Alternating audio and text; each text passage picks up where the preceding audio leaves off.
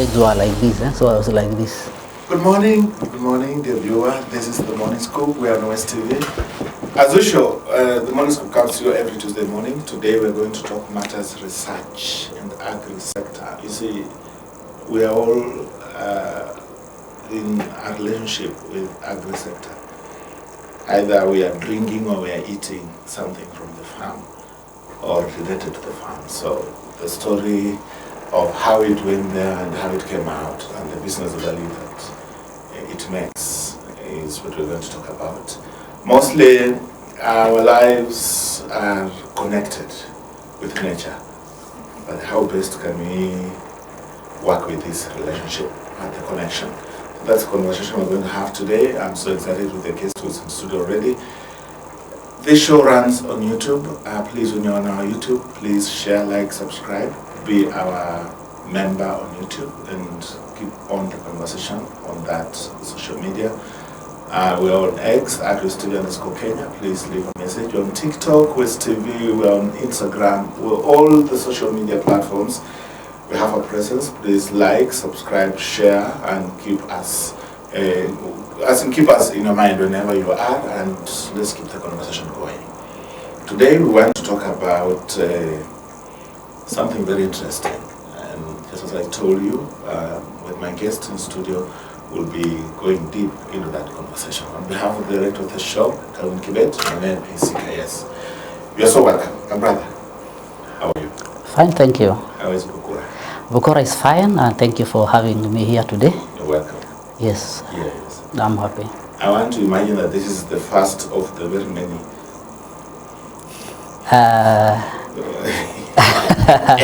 You should come a little more so that we talk about these things. Yes, we should. We're just going to talk about a very small aspect which you guys are doing. Yes. We may want to interact with you on a little more on a few other things. So please be prepared to make Bungoma your second home. That will be good. I think that is going to work very well for us. Yes. We are ready for that. Good. Yes. Usually we begin the show with a proverb. Where there is no struggle, there is no strength. Where there is no struggle, there is no strength. Can I interpret it as... yes, just elaborate it for us. Yes, I want to interpret Begin it. by introducing yourself. Thank then you. Do go into the program. My name is Joseph Mogo Mutuku. I'm a trainer at Bukura College and currently the head of research, innovation and partnerships. I'm happy to be here today, and I want to interpret that particular proverb as meaning no pain, no gain. In other words, I'm looking at a scenario that if you don't face any of these challenges head on, then there is no opportunity for you to build resilience or ability to overcome any of this. Yes. Interesting. When we look at Western Kenya, we see a rich society. It's true. It's rich in very many things. Yes. Cultural. You see, it's rich in the heritage. You see the intensity of particular language. You see very many nice things. It's true. But as an institution, we are training people or workers, or you are preparing brains for the agricultural sector. Yes. You're based in Western Kenya. What else do you see Western Kenya is, and how best can you describe this uniqueness of Western Kenya in the perspective of Bukura? Yes, I think as you've correctly put it, Western Kenya is very, very unique. First by its very diverse nature of the people. You know, even when we are where we are here, we are in Western Kenya, where we believe that people are Luyas, but then again you realize that sometimes there are several dialects, they cannot understand each other. But from the perspective of where we come from, we look at Western Kenya as an agriculture-rich region, and most importantly, very diverse when it comes to that same agriculture. We are talking about right from traditional farming methods up to high levels of innovation and everything there in between. But most importantly for me, a lot of untapped potential when it comes to agriculture. because I look at the rainfall patterns here, very wonderful. Anything from 1200 millimeters to 2400 millimeters per annum, quite good for huge and diverse, suitable for diverse crop and livestock enterprises. Look at the altitude, you know, you're also blessed with a fast nature of that, and therefore again, very nice for a diverse number of crops. So there are many things that can be done here, from the traditional sugarcane that we have to maize, but also to a great potential that we have in the horticultural production. Yes. And also venturing in what we are netly importing. Dairy products like milk, I think in Western Kenya we are net importer. Yet we have the potential to be able to do that. We have part of our islands that we can be able to grow tea, coffee, and I'm happy that the counties in this region are opening up to diversification of these particular crops, Yes. because that is actually the way to go. Okay. Yes. So what opportunities do the sector come with? You've just carried a few, but by and large, what Yes. opportunities does it come? And is it the opportunities to even dream more? Yes. You talked about coffee. No, you talked about tea. Yes. We also have coffee. What else? What other opportunities are there? And what are you guys doing about it? Thank you. I think when you talk about diversification, I think our target here is our farmer. And I think what we want to do is that we must move this farmer to the subsistence and understand what a farmer really wants. Beyond the food that he needs on his table, this farmer requires school fees. They need money for medicine. They need a good house. They need to be clothed, and many more other needs. So what we need to do beyond just the food is to identify and strengthen enterprises that can be able to put money on the farmers' pockets.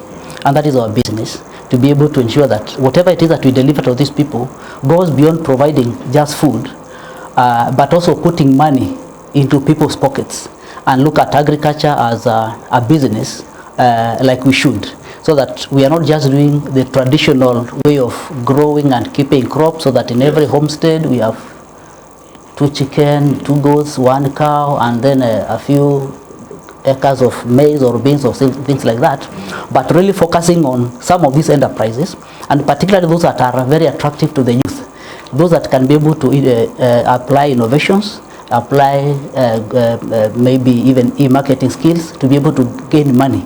Because some of the things that we look at as traditional here in Kenya, those are the things that we're doing business in Kisumu, in Nairobi, in Eldoret, and all the major towns, including export, like our ALVs. ALVs is African leafy vegetables, our managu, our terere, our sucha. All these things is good when they get to Nairobi, but we look at them as even weeds in Western Kenya here.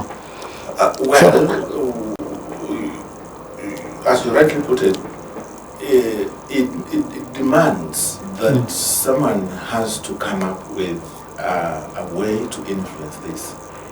Research plays a very important role in this. Yes. Because you have to dig in and just make farmers know about this.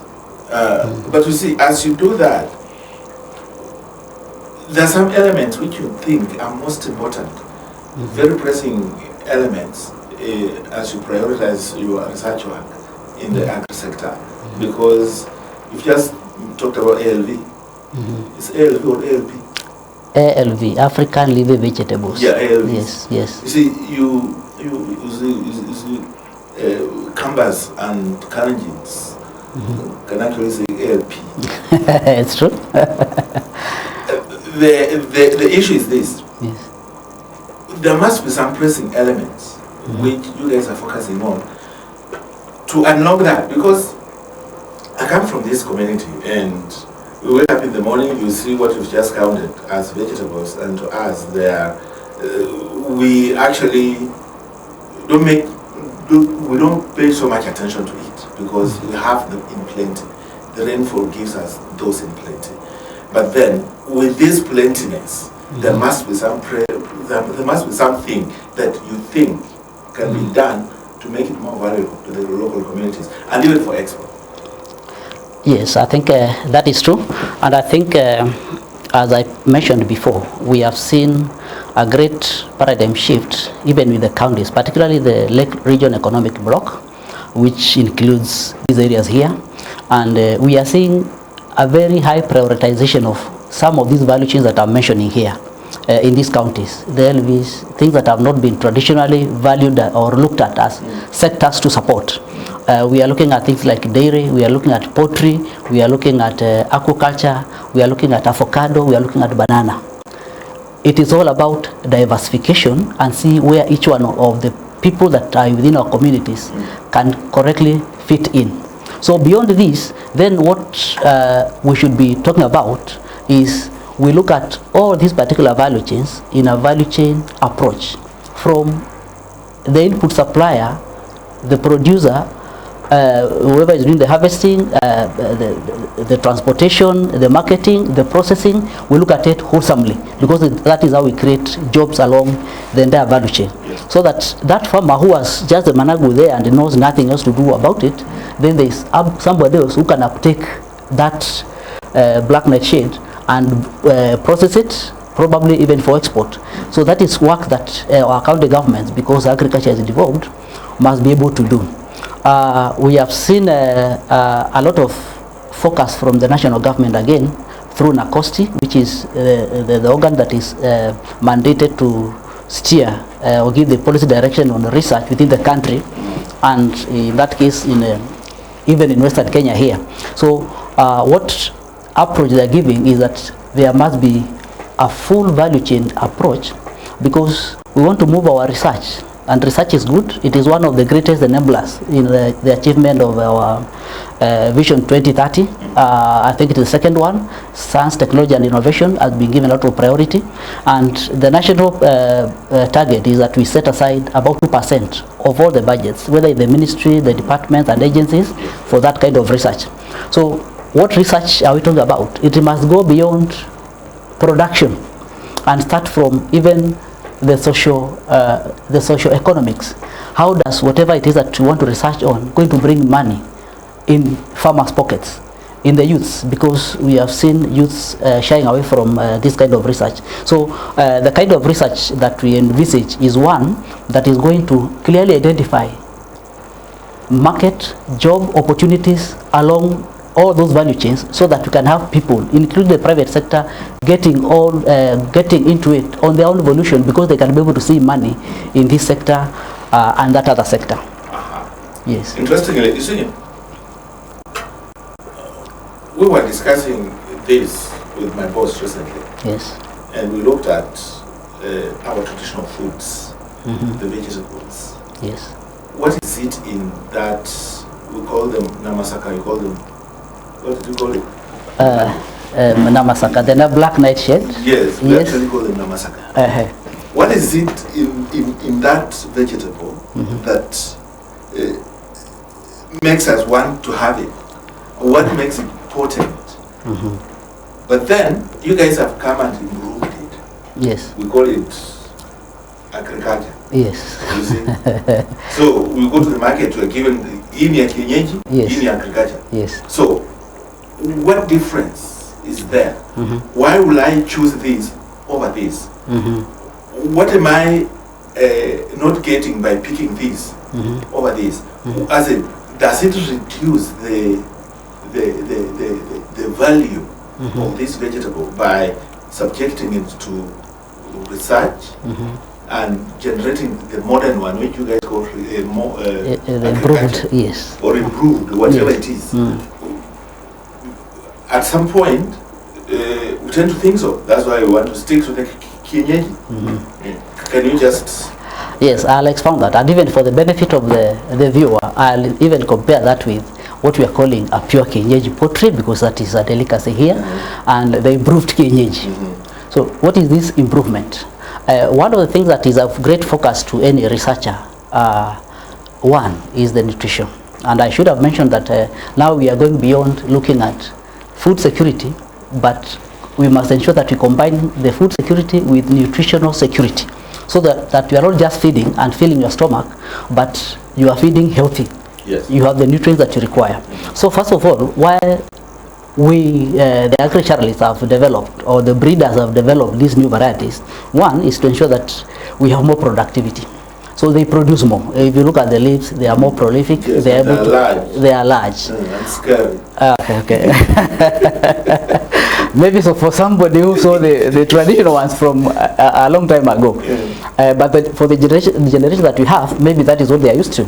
So these are things that you put in the nursery bed. Within 2 weeks, you're able to transplant them, and they give you yields within 3 to 4 weeks. They have started yielding. Okay. So productivity is quite high. In terms of arrive at income, yes, from this plant sooner, and also you get much.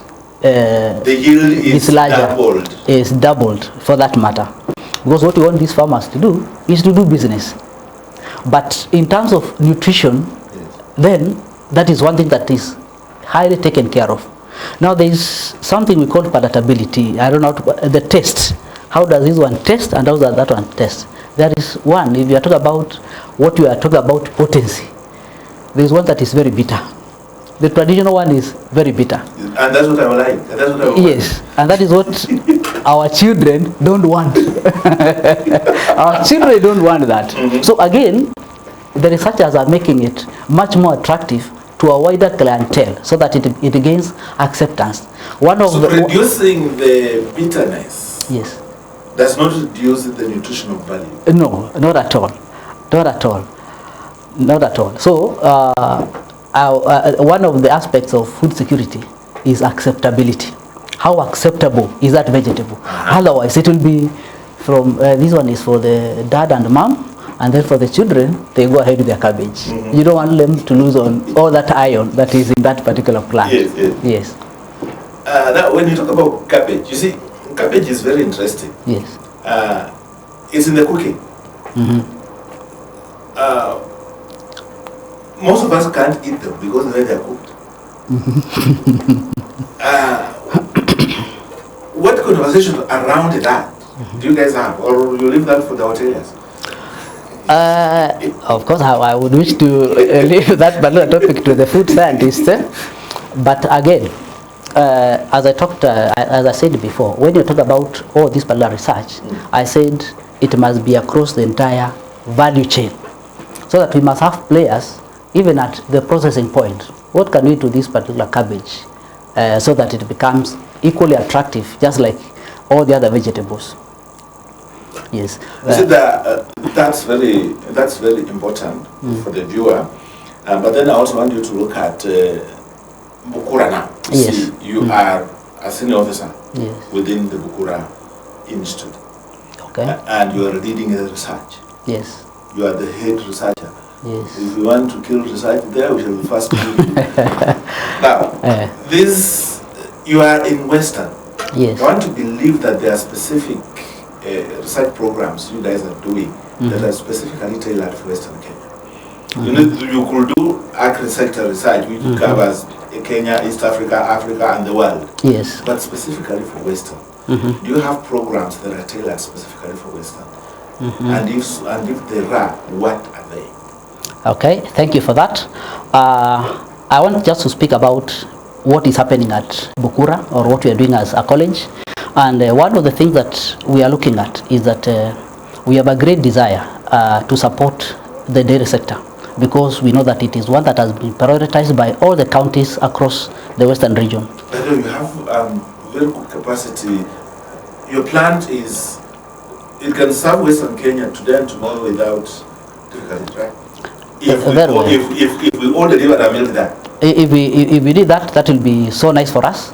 And then of course we'll ensure that this region has milk when it is peak period, and when the milk is not in the market, we still have milk and milk products for that matter. Okay.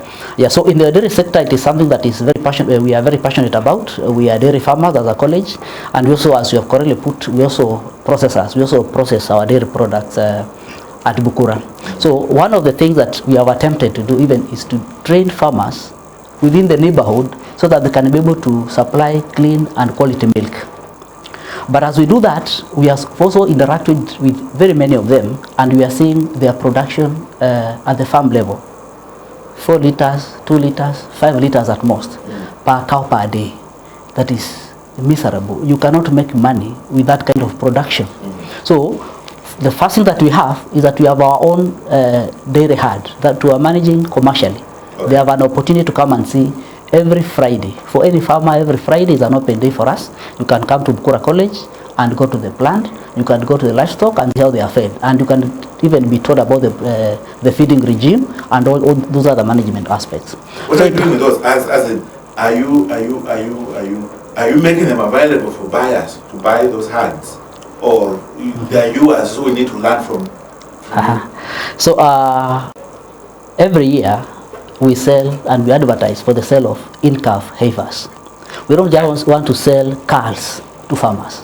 If it is a cow, then we shall be doing this nation a great disservice to sell you a cow that is not producing and want to cull it. We want to move it out of our herd. So what we sell are in-calf heifers that have great potential.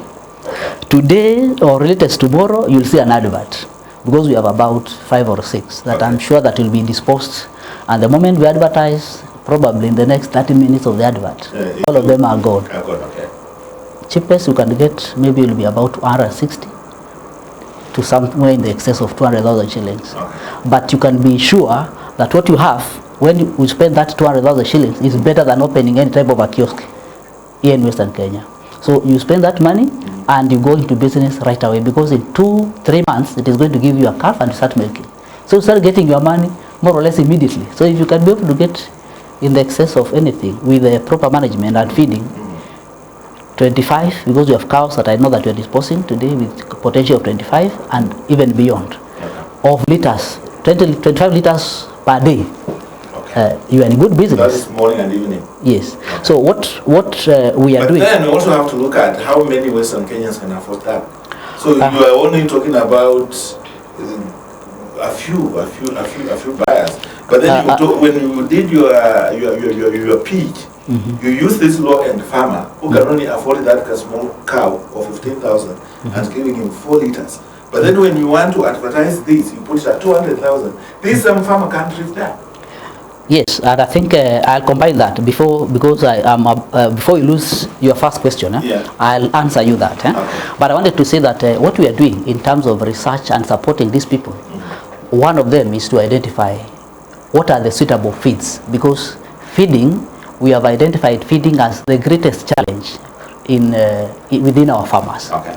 That when you move around, you'll find that those cows tethered along the roads.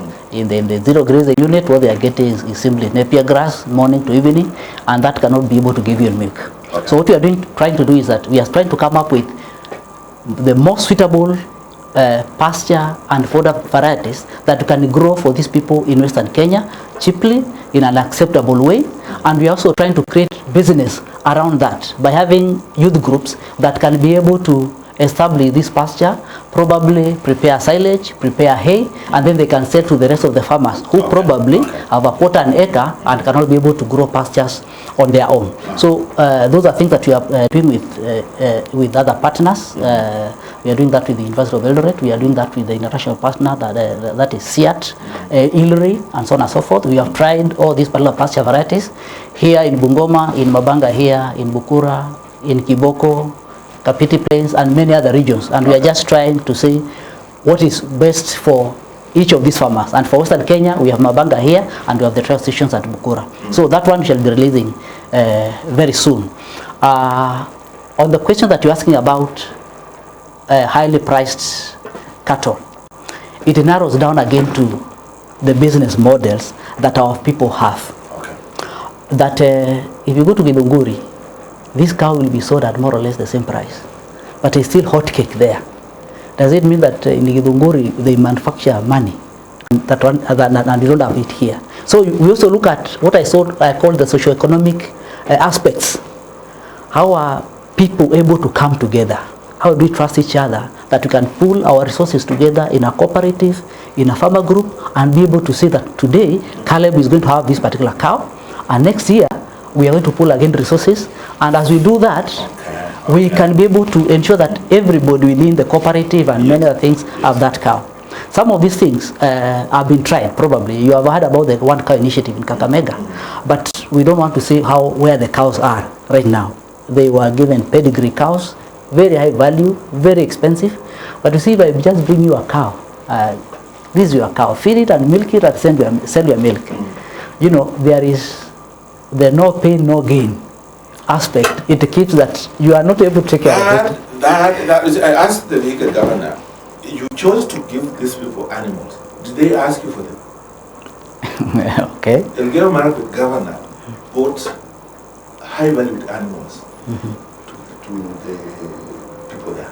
Yes. What did he do with them? What did they do with them? They took them to the market the following day. Okay. Because this cow is valued at 80,000. This guy walks to the market and gets 20,000. Yeah. I have 20,000 here. Why am I waiting for 80? So the question is, we are asking a very important question. No pain, no gain. Yes. Yeah, but then how do we come in as an institution? For example, you guys. Yes, and because you are dealing with these same farmers. They have an opportunity. Their government has given them animals. Yes. Can you like now jump on it and help these guys how to manage those animals? Very important. Or even ask them to take the animals to Bukura. They won't take them to Bukura, but I want to tell you, I would give a vivid example of what we are doing with some of our development partners. That once we do our training, once we do the training, we also go ahead and ask these people to think business and ask each one of them to develop a business plan, a bankable one that you can take to the bank and get money. So I want to tell you that in the last, in April, the start of April this year, we have been able to give startup kits to 40 youths in poultry. That talks about the feeders, the driggers, the feeds, and the chicks. Those who are able to come up with attractive proposals. So we don't stop at the training because we know that our youths are ever crying about capital. So once we have these startup kits, then we have again a duty, a moral obligation to follow them up to ensure that these are doing well, because we have our vet and vet doctors, and we have people in the animal science departments, and that is what they are doing. On 21st, 22nd, and 23rd, we shall be having another training where we are training on solar-powered irrigation systems. And immediately after that particular training, we shall give these people an opportunity to go and develop again business plans that they can come up with, and if we believe they are implementable, then you have prizes. I want to call them prizes, up to 4,000 euros. That's about 600,000 shillings, just to buy solar-powered irrigation kits for the different, the first one, the first runners up, and maybe the second runners up, so that we can be able to have incentives for people, so that they don't just learn and then they go and get wasted in the programs. So the follow-up is very key. After the training, because we are a training institution, we do the training, and then after that we can follow it up with those startup kits, and then those become like learning centers for that particular cohort of students that were learning together. Yes. You see, interestingly, when you talk about what you guys are doing, is better than what universities are doing. Research papers at universities are gathering enough dust. There are even patents. Universities have created products. Yes. And gotten patents for them. Yes. But they're going nowhere. So what we're saying is, at your level as an institution, whatever innovations you guys come up with, whatever research you guys do, whatever initiative you undertake, you see it to the end. And I think that is what we want to hear. Very important, and I think your realization is not just at this particular level here, but even all the giant financiers, particularly for agricultural research. One of the directions they are taking in the last 2-3 years is one, that any university that requires such kind of funding must partner with a TVET. It is not a requirement, and that is why you can see that you have signed very many MOUs with universities. Because if you need funding, that is what you need. Why? Because of what you have just explained, that at the university, we need papers after papers, papers after papers. And if you look at our mandate, like Bukura, our mandate is threefold: training, research, and extension. So we try as much as possible to ensure that all these particular facets are taken care of. So on Friday you'll find our staff in the animal science department with their trainees in the field, taking the little that we have from our college to the farmers outside there, so that we ensure that they benefit. So remember, the beneficiary of all this agricultural research is the farmer. Look at some of the financials like RUFORUM. A lot of billions every year on research and training at PhD and postdoctorate levels. But how much of that is translating into money in the farmer's pocket? Most of it will end in the shelf.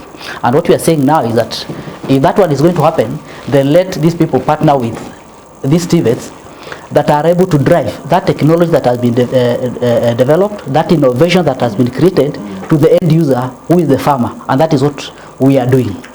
So if I give you an example of what we are doing with the University of Eldoret, is that once the research is done and we have this funding from RUFORUM, Bukura, we are at the other end. We are looking at how many businesses we are going to create. And we want to create 1,500 businesses in the agri sector.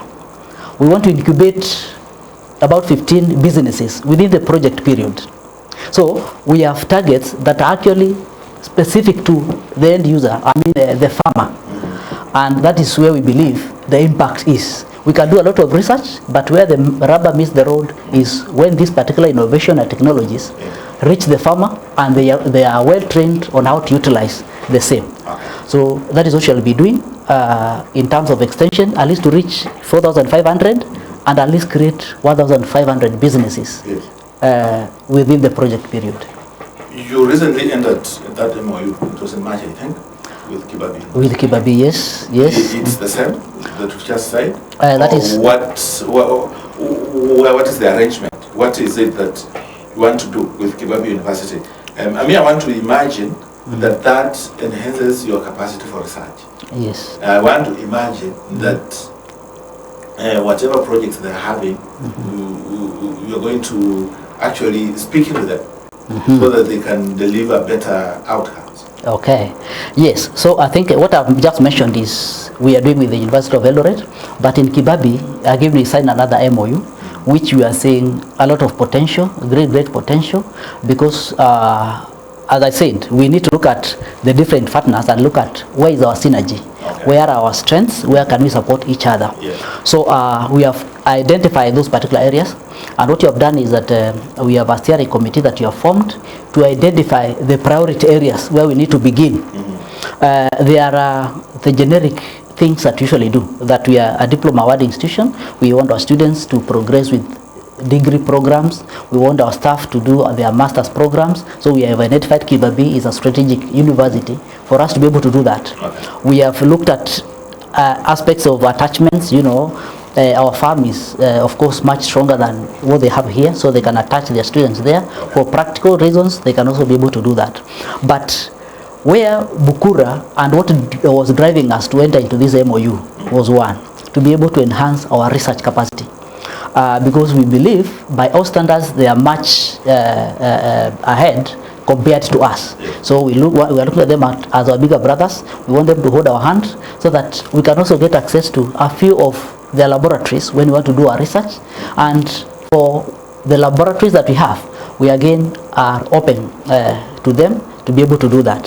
So we have a good working relationship with the staff there, and what we are doing at the moment is that we just signed this thing in March. We are trying to look at the priority areas and how to structure some memorandum of agreement on how to carry out this particular research, and also develop training at the degree and master's and PhD levels. But then you don't have programs lined up yet at this stage? At this stage, you already have some such programs for research at the moment, not with Kibabi, but I was in the process of just describing a few of what we have. I just described what we are doing with the pastures, but other than that, at the moment, one of the research that maybe is of importance to mention is that we are doing some research on what we are calling an offline artificial intelligence driven smart irrigation system. So what we are doing is that we are trying to come up with a system that can be able to utilize artificial intelligence to only irrigate when the crops need water. So there is a lot of science that is involved there.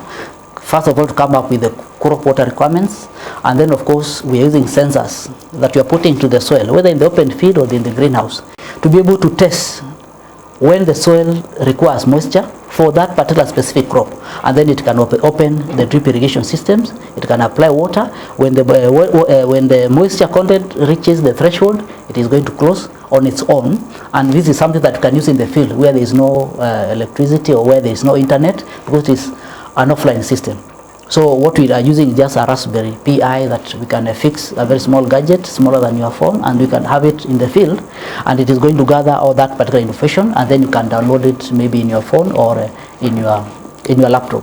So that is something that we are doing at the moment, and we believe that for horticultural producers it will be very, very key, because what we need for horticulture is one thing that we must be able to produce when there are no rains, because when there are rains there is a glut in this region. But when it is at the driest period and you're able to produce at that particular time, December, January, February, here is a little bit drier. If you're able to have your crop during that particular time, then you are good to go. You can be able to be assured of good business at that particular time. Okay.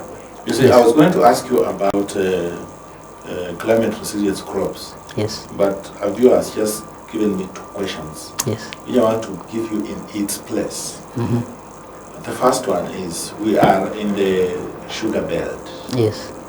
And we do maize. Mm-hmm. And we do other crops. Yes. Okay. Mm-hmm.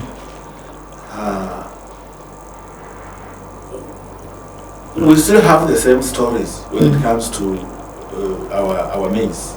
Mm-hmm. We've not been demonstrated to that our yield can even go up twice what we get.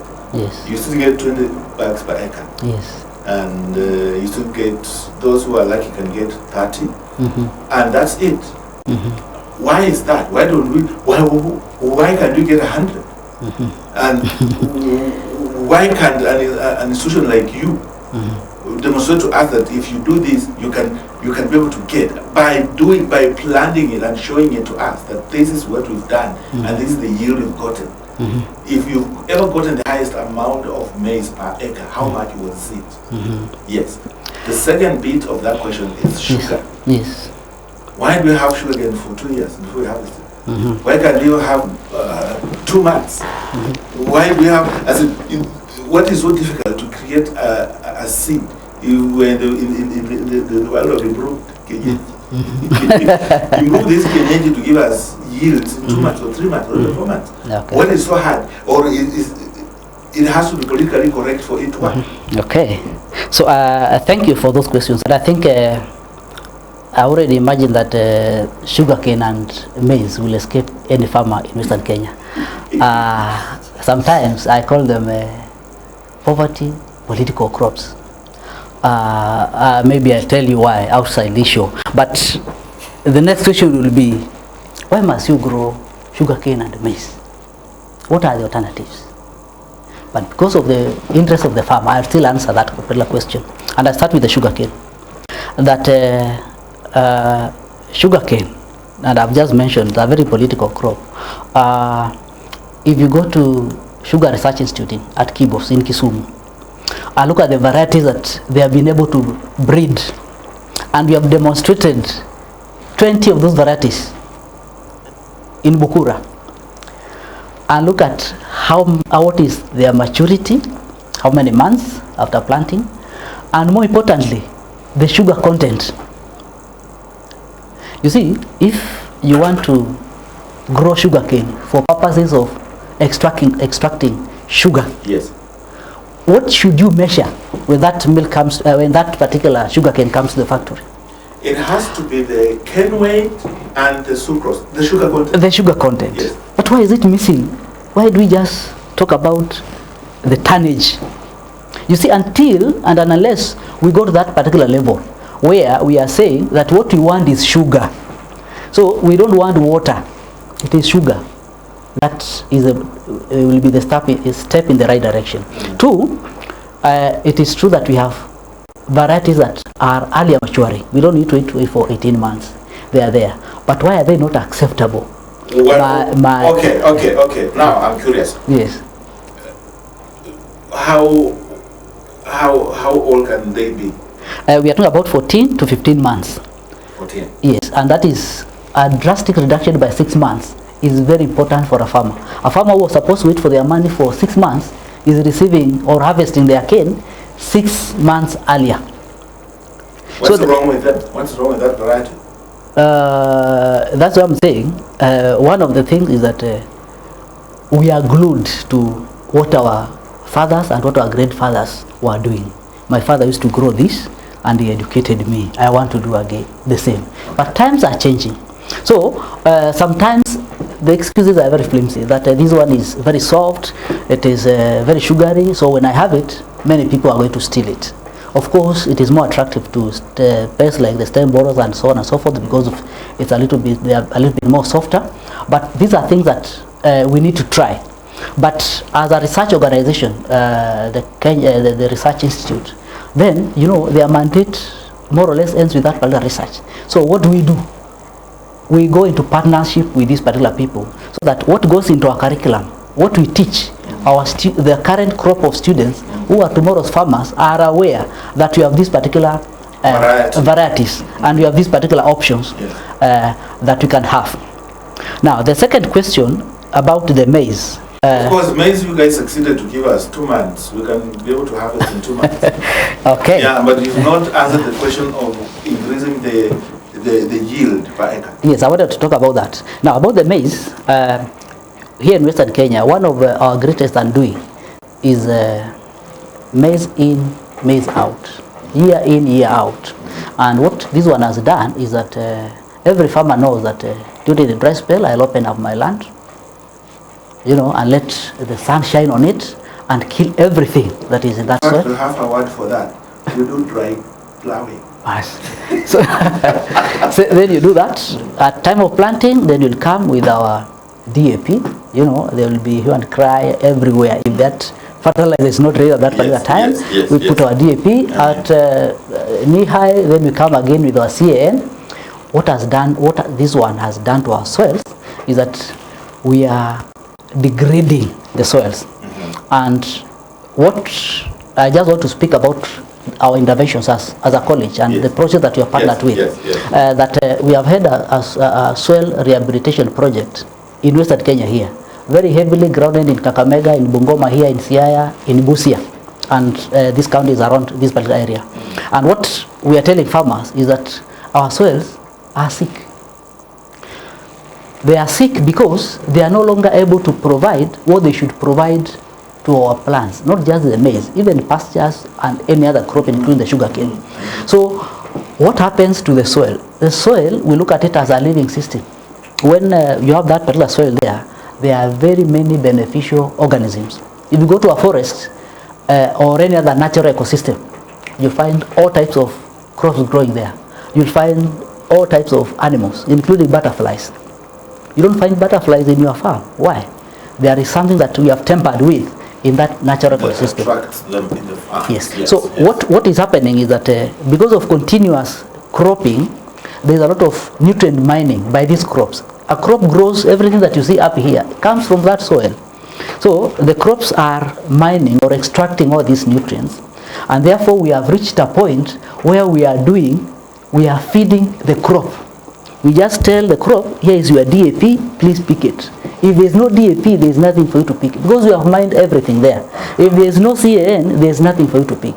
But again, even the soil conditions do not allow this particular crop again to access those particular nutrients.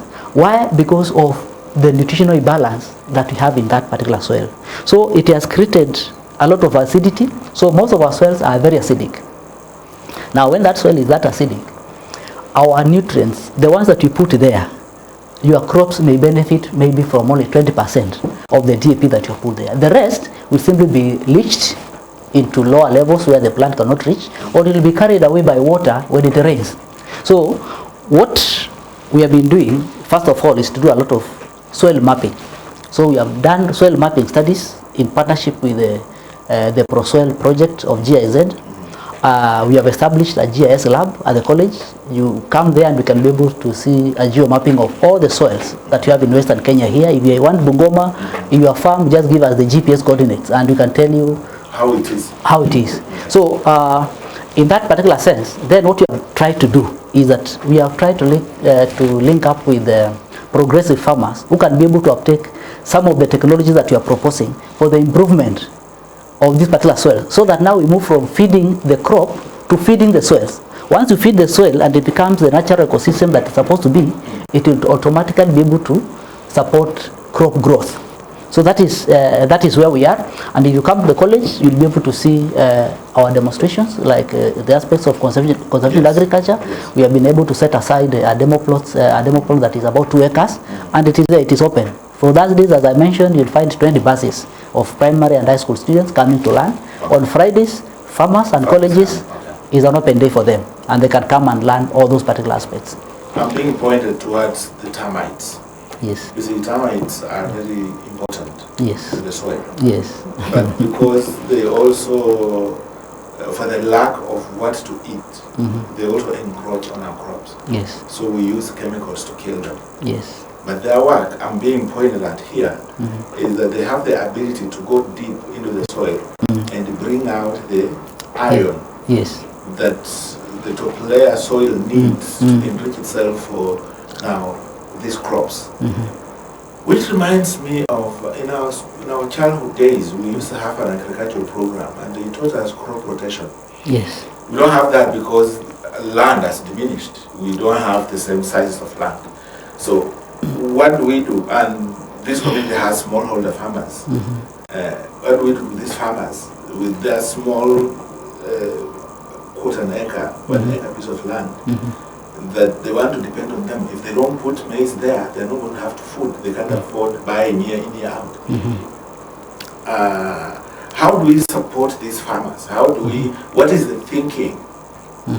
What is the thinking around that? Now you're in collaboration with Kebabe University. It's a university in this community. Yes. And most is in a university within this community. We are in partnership also. Alube is a university within this community. Yes. Kaimos is a university within this community. So each of these research institutions,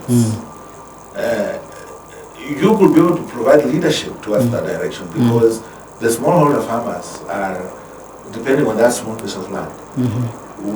You guys told them that kill termites, so they kill termites. We told them that we'll give you improved kienyeji. You give them improved kienyeji. That is suchas. You call them suchas.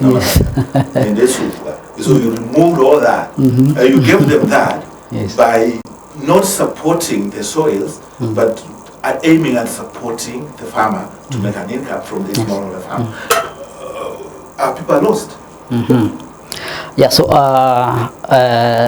2 things. One, about the termites, and then the second one is about how do these people survive in their small plots.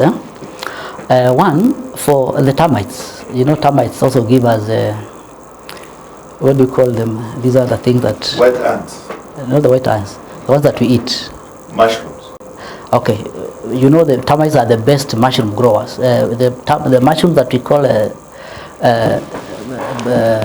termiticides.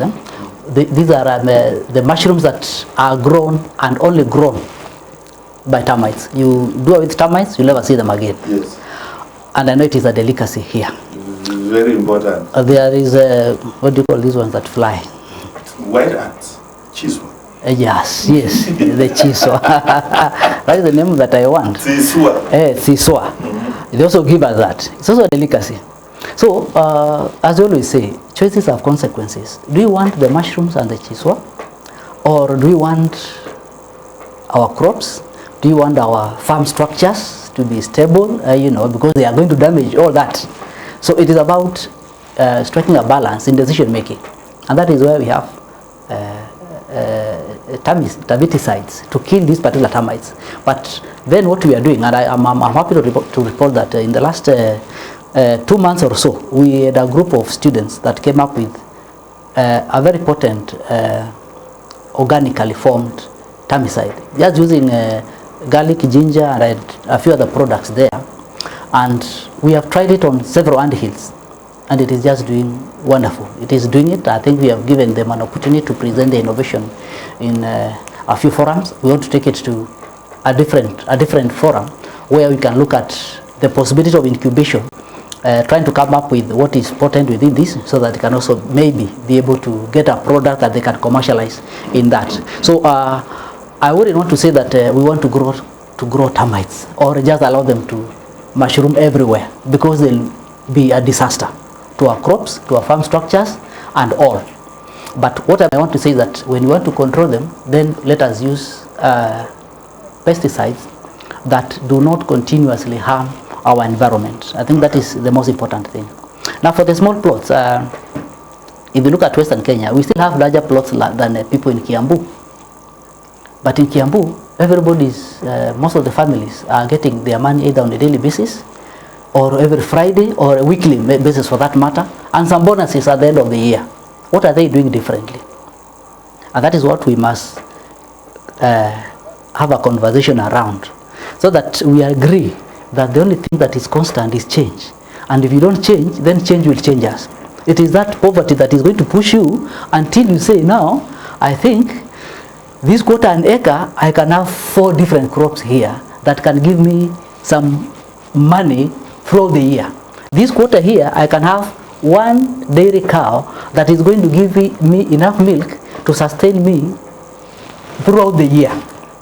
If we continue thinking traditionally, we will not get there. And the best people that can move us from there are not the politicians. And that's why I told you we have political crops. We have to be politically correct and talk about that crop time and again.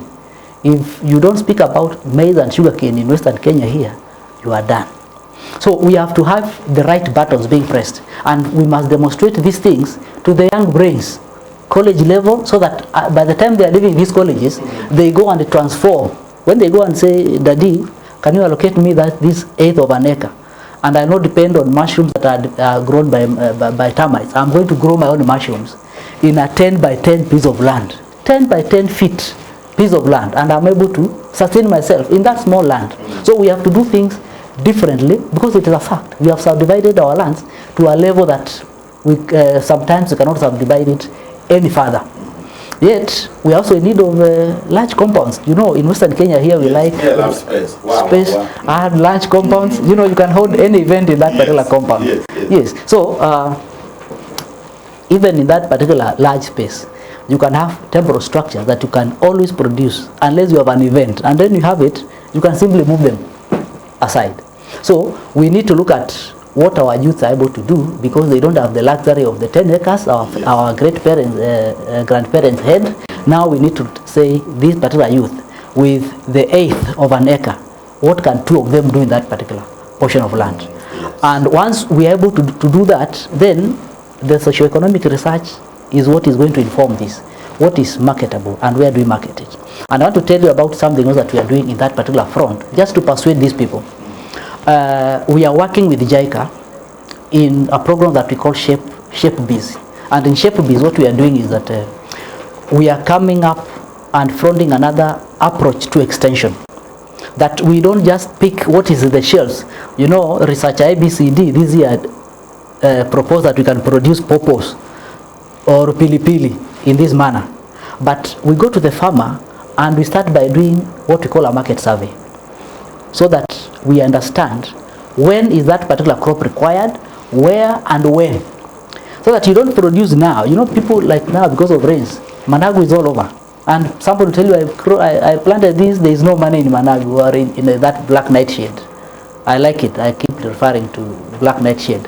So you find that there is a time when the same crop will be highly valued. What you are selling at 50 shillings now will go out at 150 shillings at that particular time. So in this particular approach, what we are saying is that before a farmer grows anything, then they must identify which is the best market, when is it at the highest price, so that they time or develop what we are calling a cropping calendar.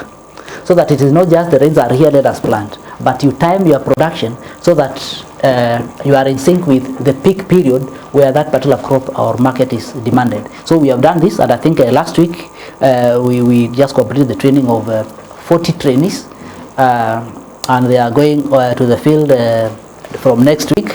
We believe that they are going to make an impact with the farmers where they go, because we have done that. We have issued them with certificates, and we believe that any potential employer looking for an extensionist should target a person who has done a course and certified in what we are calling the shape approach, because we grow to sell. We grow to sell, not just to grow and then start selling. We grow when you already have a market and what we are targeting. Okay, other people call it contract farming. Can be able to do contract farming. So my viewer is saying you avoided the question I asked you. How many bags of maize have you ever achieved at Bukura? That is very interesting. I may not say that I've ever done that kind of a research. Yeah, of course, we have a commercial farm, we have a commercial farm manager, and as I told you, we lead by example. We no longer grow maize. You know, if you are growing maize, it's for silage. It is more beneficial. With all the cobs, and we just grind it and we give to animals. It is more profitable. So what will happen to our ugali? Our ugali, those people that are able to maybe highly mechanize their farms with the subsidies that they have in the government, we still be able to get our maize. Because you know, and you can tell me that in Bungoma, in the next 2 months, a sack of maize will be going at 2,000 shillings here. 2,000 shillings for a sack of 90 kgs.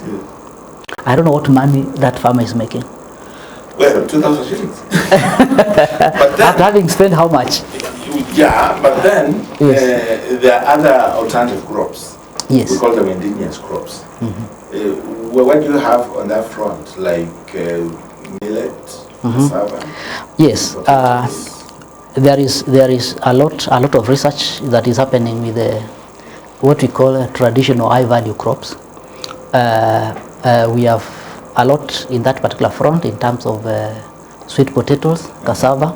If you look at all the research institutions in Western Kenya, from Malupe here, a lot of research on cassava, those millets, sweet potatoes, and so on and so forth. Yes. So what we have done, for example, in sweet potato, we have participated and spearheaded the development of a national curriculum on sweet potato production, value addition, and marketing. And we have quite a number of farmers that we were able to recruit from the Bungoma Youth Farmers Group, Kakamega Youth Farmers Group, and all of them now are in cooperatives.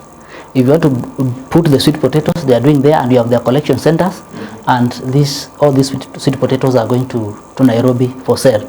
So most of this is done once they do the collection, they take it to Quisero, the central point. But now what we do is that we looked at it as an entire value chain. So we have people that are producing primary seed, the vines, then they have seed the sweet potato vine multipliers, and then those ones are not targeting anything to do with the sweet potato. They just want to the seeds, vines for farmers. Okay. And the farmers are buying from that, and they are producing the vines or producing the varieties that are for livestock feed. Okay. So once we do that, we are creating employment across the entire value chain. Okay. Yes. You see, there is a certain value. There's a certain potato. Yes. We grew in my childhood. It was very sweet. But according to those who know, it could only give you up to 5 potatoes.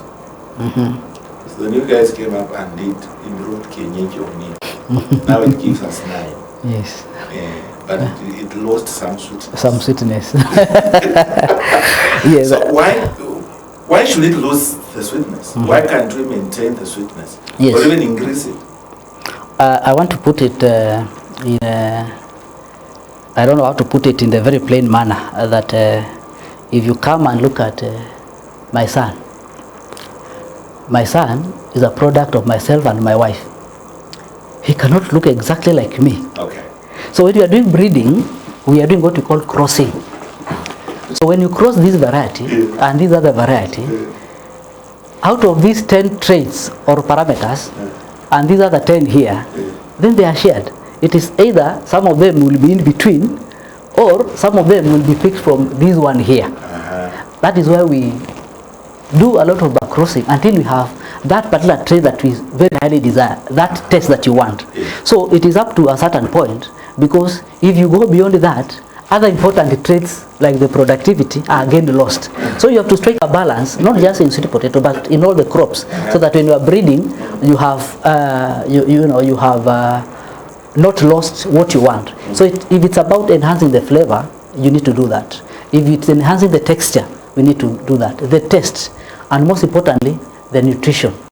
If you look at the orange fleshed sweet potato, very high nutritionally, but some people don't like it. The taste to them is not good. But the taste is not there. Of course, the yield is there. Yeah, the yield is there. But the taste is not there. Yes. So what do I want? Why should I eat these tasteless things? Because I don't want to. Because of your nutritional security. Your nutritional security. You want that particular nutrition. Okay. So when you are doing any form of breeding, even in cows, in goats, in all animals, there is a strike of balance between the traits from the female and from the male. And if you do it to a certain level, some of the traits are known. I have to give you an example. You have a jogo or a he-goat in your farm. So this he-goat, you have a she-goat there, and you get the first kidding. That kid matures, it is served by the father. It matures again, the grand one is served by the father. Yes. With time, you see a loss of figure. Yes. That is why we cannot continue breeding. Okay. So that, because as we are doing that, there are things that are getting lost. Yes. Okay. Yeah. Okay. Unfortunately, that's how we end the hour.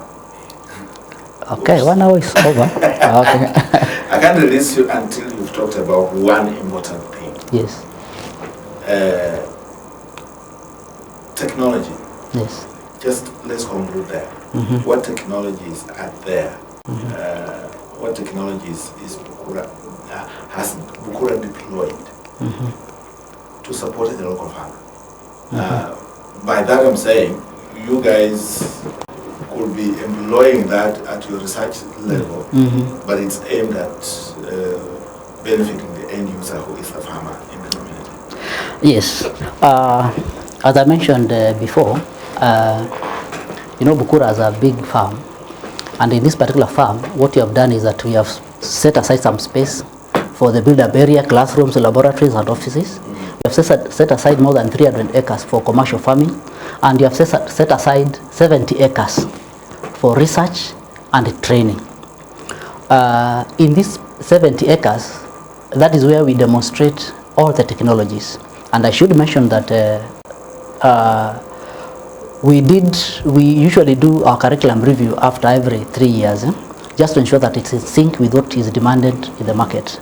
Our main focus in our last review, and we did this together with the Food and Agriculture Organizations of the United Nations, our main focus was to infuse aspects of climate smartness in our curriculum. So all curriculum that you go through in Bukura is climate smart.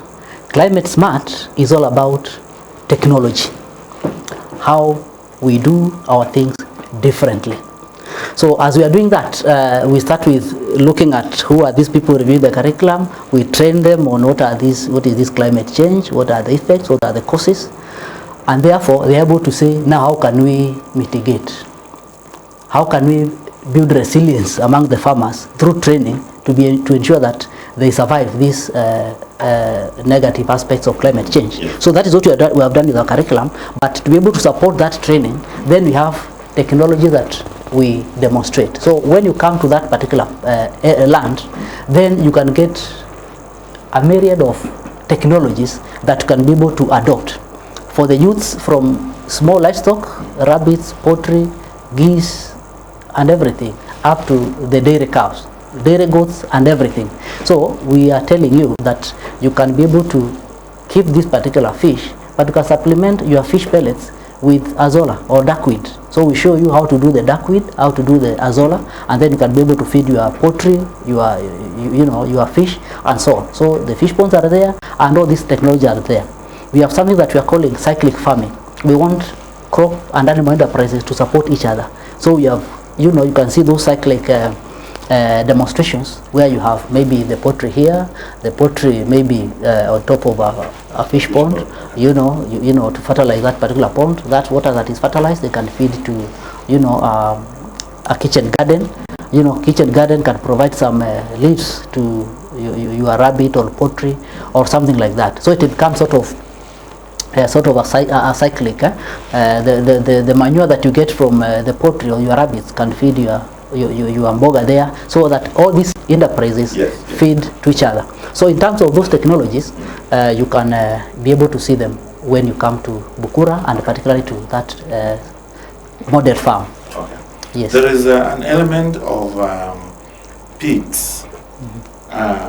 You guys have pigs?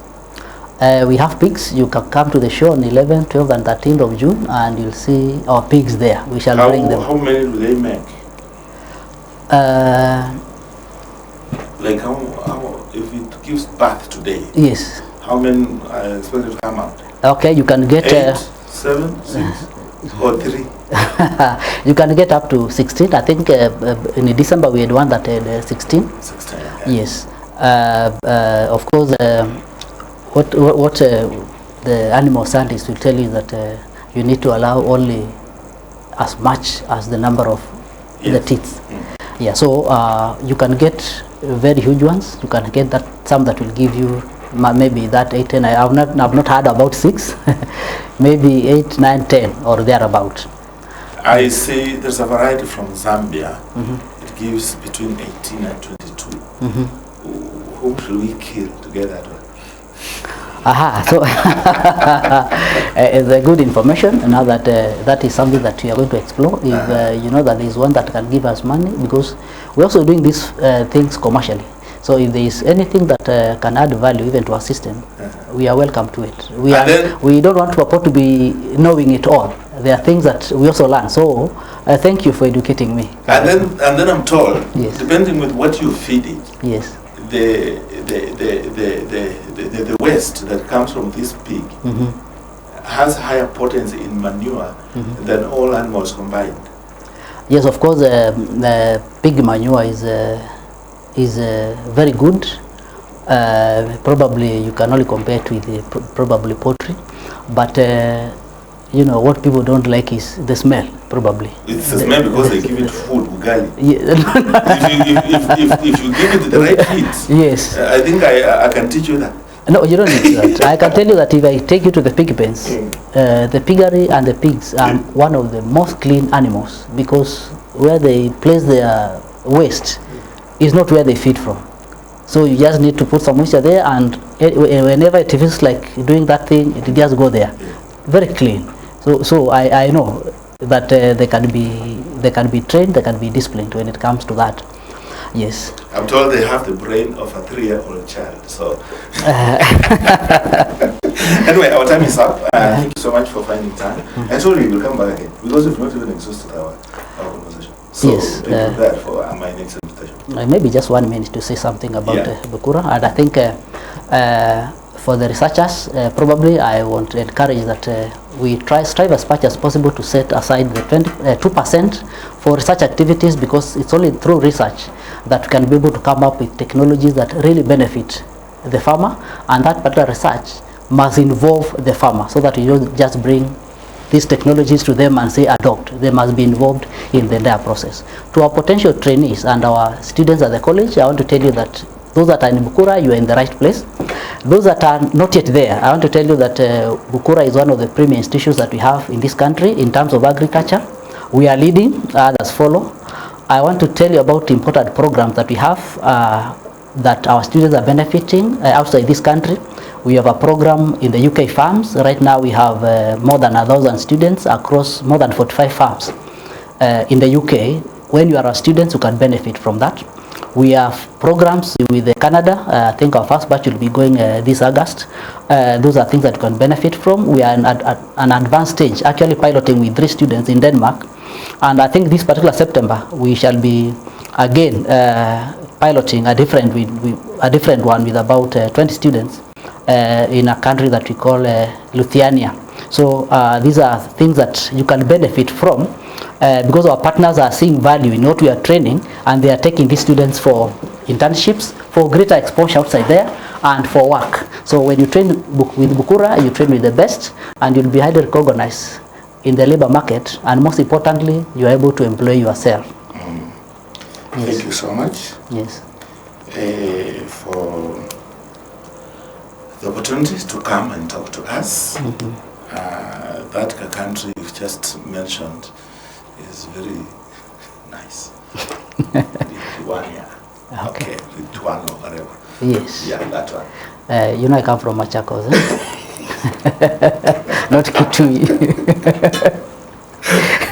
Next week on Tuesday, when we have a more interesting conversation on behalf of my director, Kevin Kibet, please stay on our social media, give us comments, talk to us, comment, even send questions for these guys. They'll be able to respond, and we'll be happy to be of help to you.